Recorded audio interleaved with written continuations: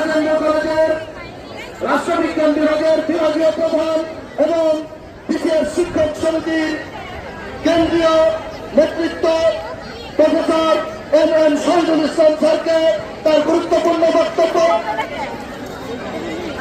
রাখার জন্য এবং এই যে সমস্ত প্রোগ্রামের সমন্বয়ক হিসেবে পরবর্তী কর্মসূচি ঘোষণা করার জন্য প্রফেসর এম শহীদুল ইসলাম স্যারকে বক্তব্য রাখার জন্য বিনীত অনুরোধ করছি। আসসালামু আলাইকুম। প্রিয় শিক্ষার্থীবৃন্দ এবং আমার শ্রদ্ধাভাজন সহকর্মীবৃন্দ, আজ ফরিদপুরের শিক্ষাঙ্গনে এক দুর্ভাগ্যজনক ঘটনার অবতারণা হয়েছে। আমাদের সরকারি সারদা সুন্দরী মহিলা কলেজের সুযোগ্য অধ্যক্ষ সজ্জন ব্যক্তিত্ব প্রফেসর মোহাম্মদ মঞ্জুর ইসলাম স্যারের উপর তাকে হত্যার উদ্দেশ্যে আক্রমণ করা হয়েছে। তিনি আজ শয্যাশায়ী হয়ে আছেন। তিনি তার 2 দিন যাবৎ স্মৃতিভ্রংশ হয়েছিল।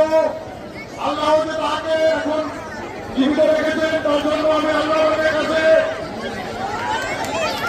শুকরিয়া আদায় করছি এবং আমরা তার এই আক্রমণকারীদের গ্রেপ্তার না হওয়া পর্যন্ত আমরা বলতে চাই আগামী 48 ঘন্টার মধ্যে যদি এই দুষ্কৃতিকারীরা গ্রেপ্তার না হয় তাহলে বৃহত্তর কর্মসূচি আগামী বুধবারে জাগরিত শিক্ষা প্রতিষ্ঠানের প্রতিনিধিদের সাথে বসে আমরা বৃহত্তর কর্মসূচি ঘোষণা করব এবং ছাত্র সংগঠনের নেতৃবৃন্দকে সাথে নিয়ে আমরা ফরিদপুর বিভাগের 5 জেলার এই আন্দোলন কর্মসূচি সম্প্রসারিত করব।